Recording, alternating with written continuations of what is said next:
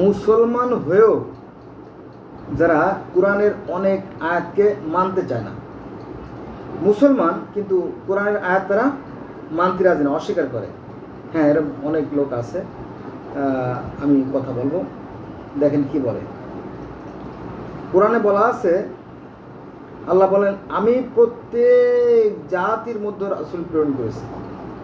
আমি প্রত্যেক জাতির মধ্যে রাসূল প্রেরণ করেছি এই নির্দেশ দিয়ে যে তোমরা একমাত্র আল্লাহর ইবাদত করো এবং তাগুতকে বর্জন করো। সূরা নাহল আয়াত নম্বর 36। তাগুত মানে শয়তান, ইবলিস বা মন্দ। তো কোরআনের এই আয়াতটা অনেক মুসলমান মানতে চায় না। না না, কি কোন আপনি আবল তাবল? হ্যাঁ, প্রত্যেক জাতির জন্য রাসূল আসবে কেন? রাসূল আসছে একমাত্র ইসলাম ধর্মে, নবী একমাত্র। ওনাকে সৃষ্টি না করলে কোনো কিছু সৃষ্টি করা হতো না, উনিই নবী। আরগুলো তো সব বাতিল। ওনাদেরকে অল্প সময় অল্প লোকের জন্য দেওয়া হয়েছিল, তারা মানতে এই আয়াতটা পুরোপুরি মানতে রাজি না। এটা আছে সূরা নাহলের 36 নম্বর আয়াতে। আচ্ছা, দ্বিতীয় আরেকটা আয়াত আছে, এই আয়াতটাও অনেক মুসলমান মানতে রাজি না। যেমন, নিশ্চয়ই যারা ঈমানদার এবং যারা ইহুদি, খ্রিস্টান ও অগ্নি উপাসক, এদের যারাই আল্লাহ ও শেষ দিবসে বিশ্বাস করে ও সৎ কাজ করে, তাদের জন্য তাদের রবের কাছে পুরস্কার রয়েছে, তাদের কোনো ভয় নাই আর তারা দুঃখিত হবে না। সূরা বাকারার 62 নম্বর আয়াত। এই সূরা বাকারার 62 নম্বর আয়াতও মুসলমানের মন মতো হয় নাই। তারা এটাও রাজি রাজি রাখে না। না, এখানে বলা আছে ইহুদিরা জান্নাতে যাবে, খ্রিস্টানরা জান্নাতে যাবে, অগ্নি উপাসকরা জান্নাতে যাবে। এটা হবে না, তাদেরকে আমরা জান্নাতে যেতে দেবো না। আমরা শুধু একা যাব, যারা কলেমা পড়বে তারা শুধু জান্নাতে যাবে। ইহুদি, খ্রিস্টান, অগ্নি উপাসক এদের কারো কপালে জান্নাত জুটবে না। মানে এটা কোরআনের বিরুদ্ধে যায় আর কি। তারপরেও তারা সেটা বলে যে আমরা কাউকে যেতে দেবো না, অসম্ভব।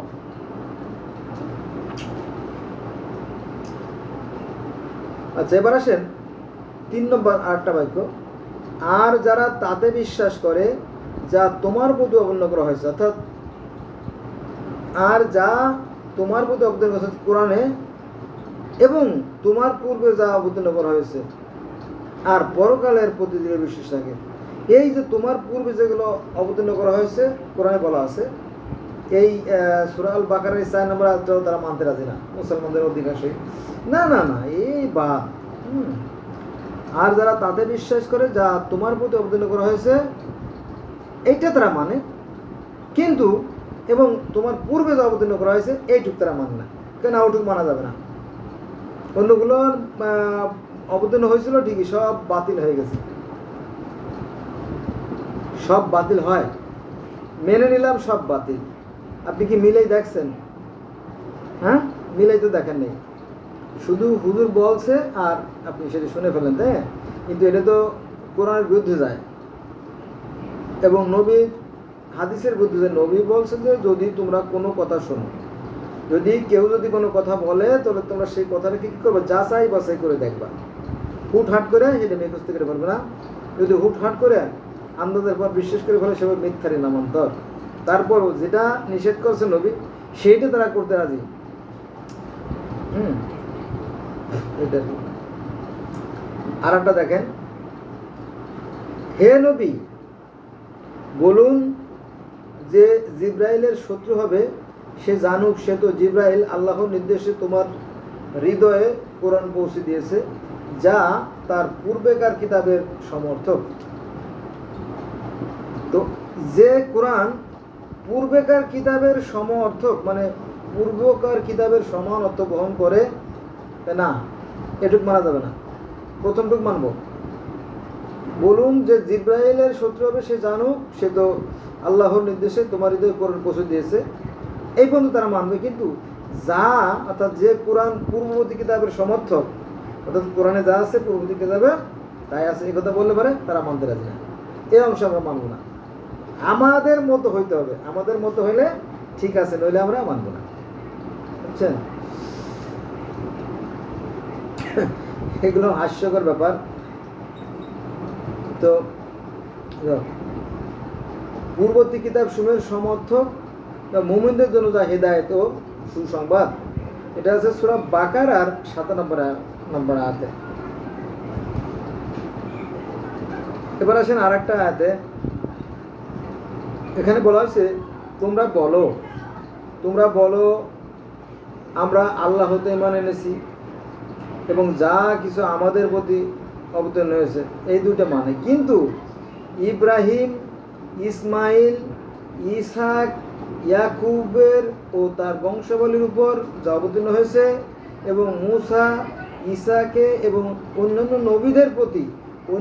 নবীদের প্রতি তাদের রবের পক্ষ থেকে যা দেয়া হয়েছে আমরা তাদের মধ্যে কোনো পার্থক্য করি না। এইটুকু আমাদের যাবে না, হবে না, সব বাদ।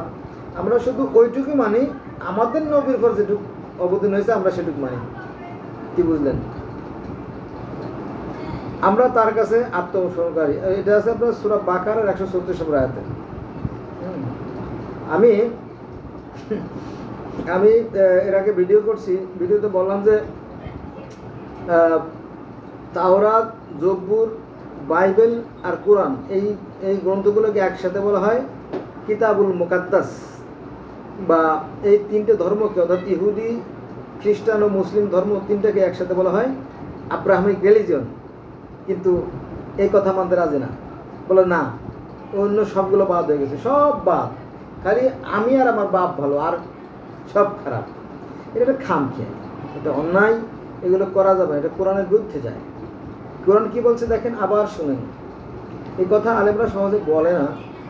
তোমরা বলো আমরা আল্লাহ হতে ঈমান এনেছি এবং যা তোমাদের প্রতি অর্থাৎ কোরআন শরীফে এবং ইব্রাহিম, ইসমাইল, ইসহাক, ইয়াকুব, এদের কিন্তু আলাদা ছোটো ছোটো ধর্ম ছিল, সেগুলো এখনও আছে, নিভে গেছে তা না, এখনও তার অনুসারী আছে এবং তাদের বংশাবলীর পর অবতীর্ণ হয়েছে এবং মূসা, ঈসা ও নবীদের প্রতি তাদের রবের পক্ষ থেকে দেওয়া হয়েছে, আমরা তাদের মধ্যে কোনো পার্থক্য করি না এবং আমরা তার কাছে আত্মসমর্পণকারী। সূরা বাকারা 136। পূর্ববর্তী তাদের আগে যে সমস্ত নবী রাসূল আসছে এবং ওই সমস্ত নবী রাসূলকে যে সমস্ত কিতাব অবতীর্ণ হয়েছে সেগুলোতে পার্থক্য নিষেধ করছে কি কোরআন, কিন্তু এগুলো মানতে রাজি না। না এটা মানা যাবে না, নবীর পর কোরআন দিয়েছে এইটা আমরা মানব, বুঝছেন? এটা একটা কি বলবো, একেবারে শয়তানি আর কি, শয়তানির একটা এক্সাম্পল দিই। আপনি রাস্তাঘাটে, মাঠে ঘাটে যখন চলবেন, দেখবেন যে অনেক সময় কারোর সাথে শরীরের সাথে ধরে ধাক্কা লাগতে পারে বা কারোটা গাড়ির সাথে ধাক্কা লাগতে পারে। হ্যাঁ, তখন কেউ কিন্তু বলে না ভাই, ওহো ভাইয়া সরি, আমি একটু ব্যস্ত ছিলাম তো তাই হুটহাট করে আমি যাচ্ছিলাম, আমার একটা রোগী আছে হাসপাতালে, খেয়াল নাই আপনার সাইকেলের সাথে ঘষা লাগছে। হ্যাঁ, এভাবে বলবো না। কী হয়েছে? এই তুই কি বলতে চাস? তোমার আমার চেনস, আমি কেনা একেবারে দেখাই দেবো নাকি? ঘষা লাগছে তো কী হয়েছে? হ্যাঁ, ঘষা লাগছে তো কী হয়েছে? তুই কি করবি কর। চিন্তা করে ভাবা যায়, আমরা প্রতিদিনের আমি 10টা ঘটনার সম্মুখীন হই। দেখেন, আমি এই যে এই ভিডিওটা করতেছি, এই যে আপনার সাথে কথা বলতেছি, এর আগে একটা ভিডিও দিছি মারামারি, ডান পাশ দিয়ে গাড়ি একটা মানে ওভারলোড দিয়ে চলে যাচ্ছে, লাগছে ধাক্কা, তাই নিয়ে মারামারি। যদি অন্ধকার বোঝা যায় না ব্যাপারটা, একটা ভিডিও আমি আপলোড দিচ্ছি, ছোট্ট 1 মিনিট বা 55 সেকেন্ডের একটা ভিডিও। দেখবেন রাস্তাঘাটে কেউ কাউরে হারতে রাজি না, কেউ সরি বলতে রাজি না, কেউ ভুল স্বীকার করতে রাজি না। আমি যেটা বলবো সেটাই রাইট। তো এরকম মানে কোরআনের ওই কথাগুলো মানবো যেটা আমার নবীর সাথে মেলে, বাকিটা আমি মানতে রাজি না। হ্যাঁ, অথচ কোরআন বলতেছে পূর্ববর্তী নবী রাসূল এবং পূর্ববর্তী কিতাবের প্রতি বিশ্বাস রেখো, সমর্থন রেখো, কিন্তু বলে না, তা হবে না, শুধুমাত্র নবী মুহাম্মদ আমাদের নবী, তারটা আমরা মানব। আল্লাহ বলেন প্রত্যেকের নির্দিষ্ট দিক আছে, সেদিকে সে মুখ করে। অর্থাৎ পৃথিবীতে অনেক জাতি, গোষ্ঠী, সম্প্রদায় আছে, তো তারা এক এক নিয়মে এক এক পদ্ধতিতে সৃষ্টিকর্তাকে ডাকে, বলে না এগুলো হবে না। এটা হচ্ছে সূরা আল বাকারার 148 নম্বর। এই আয়াতটাকে তারা অস্বীকার করে। তারপরে মানুষগণ আদিতে ছিল একই উম্মতভুক্ত।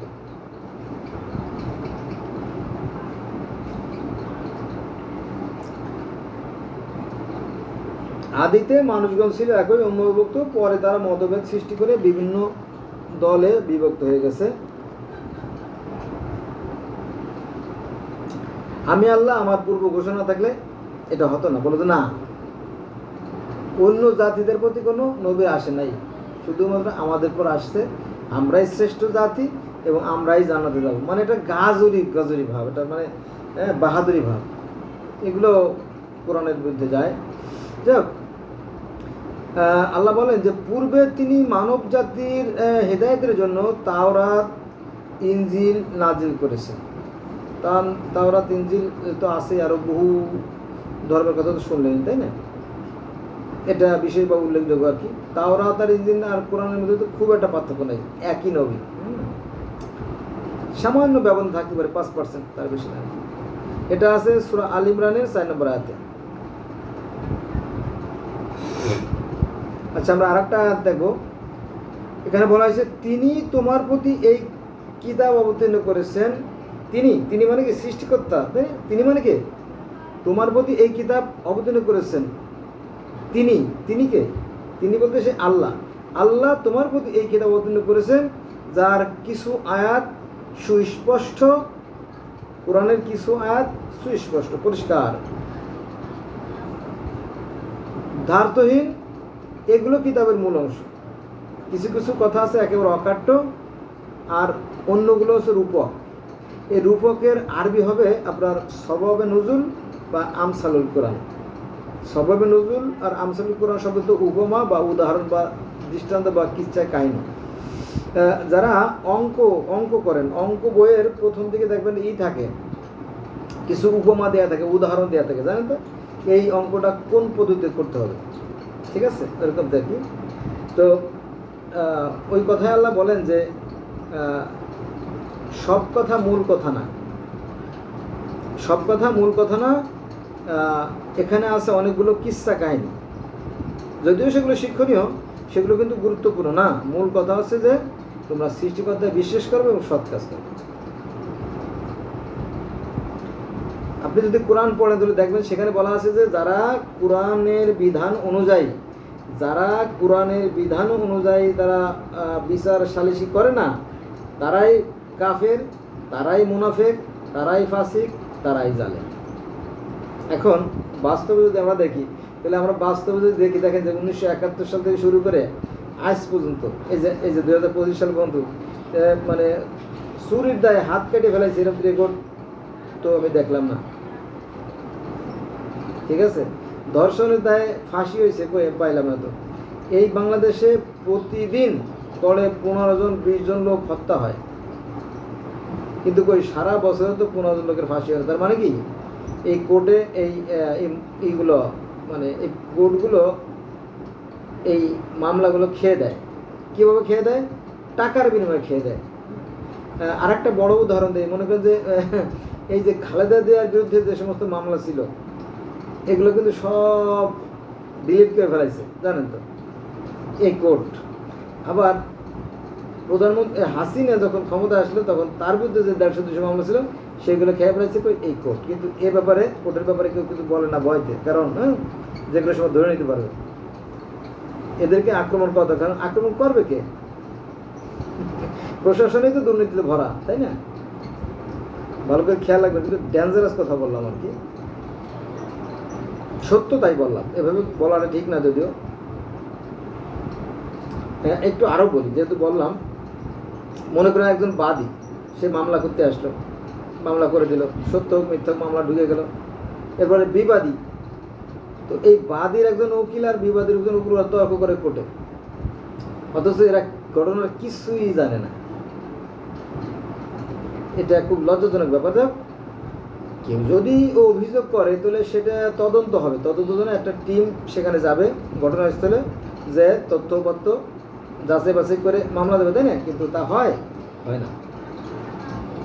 না। বাদী একটা মামলা টিকে দেয় বিবাদীকে সাইজ করার জন্য, ব্যাস তারিখ ফেলাও আর টাকা দাও, তারিখ ফেলাও টাকা দাও, দুজনদের ফকির বানায় ছেড়ে দাও। এই পদ্ধতি চলতেছে, এটা চলতে থাক। এতে আমার কি আসে যায়, আমার দায়িত্ব ছিল বলার, আমি বলে গেলাম এইটা। আচ্ছা, এবার আমরা আরেকটা গুরুত্বপূর্ণ আয়াত যাবো। আল্লাহ বলতেছে বলো, কে বলতেছে? আল্লাহ বলতেছে যে বলো আমরা আল্লাহ হতে অর্থাৎ সৃষ্টিকর্তা ইমান এনেছি, এবং আমাদের প্রতি যা অবতীর্ণ হয়েছে অর্থাৎ কোরআনে ইমান এনেছি, এবং যা অবতীর্ণ হয়েছিল, যা অবতীর্ণ হয়েছিল আগে, এর মধ্যে আছে বেদ, এর মধ্যে আছে ত্রিপিটক, এর মধ্যে আছে মিশরীয় পুরাণ, এর মধ্যে আছে গিলগামেশ, এর মধ্যে আছে গ্রিক পুরাণ, রোমান পুরাণ, হ্যাঁ, আরও অনেক, তাই জানেন তো। তো সেই কথায় আল্লাহ বলতেছে যে আমাদের প্রতি যা অবতীর্ণ করেছে অর্থাৎ কোরআন, এবং যা অবতীর্ণ হয়েছিল, কিন্তু পাস্টের যেটা অবতীর্ণ হয়েছিল তাদের প্রতি বিশ্বাস রাখতে হবে। একদম নাম মেনশন করে দিয়েছে যে ইব্রাহিম, ইসমাইল, ইসহাক, ইয়াকুব ও তার বংশবলীগণের প্রতি, এবং যা মুসা, ঈসা ও অন্যান্য নবীগণকে রবের নিকট থেকে দেওয়া হয়েছে তাতে বিশ্বাস করি। আমরা তাদের মধ্যে কোনো পার্থক্য করি না, আমরা আল্লাহ হতে অবনত। এটা আছে সূরা আল ইমরান আয়াত নম্বর 84। এই আয়াতটাও মানতে রাজি না। কেমন কথা! হ্যাঁ, কোরআন মানবো, কিন্তু কোরআনের যে অংশটুকু আমার নিজের পক্ষে রায় দেবে শুধু সেটুকু মানবো, বাকিটা মানবো না। হ্যাঁ, এটাই সত্য, এভাবেই চলছে। তো দেখলো আলেমরা দেখলো যে বাজারে এগুলো খায় না, কোরআনের আলোচনা তেমন একটা হয় না, এজন্য তারা হাদিস বানাইছে। আবার হাদিসের সাথে দেখবেন যে শতকরা 90% হাদিসের সাথে কোরআনের কোনো মিল নাই। এভাবে চলছে ভণ্ডামি, চলুক, সমস্যা নাই। এবার আমরা না আর না বন্ধুরা, আজকে এই পর্যন্ত থাকলো, অন্য আলোচনায় আমরা যাব। ভালো থাকবে সবাই।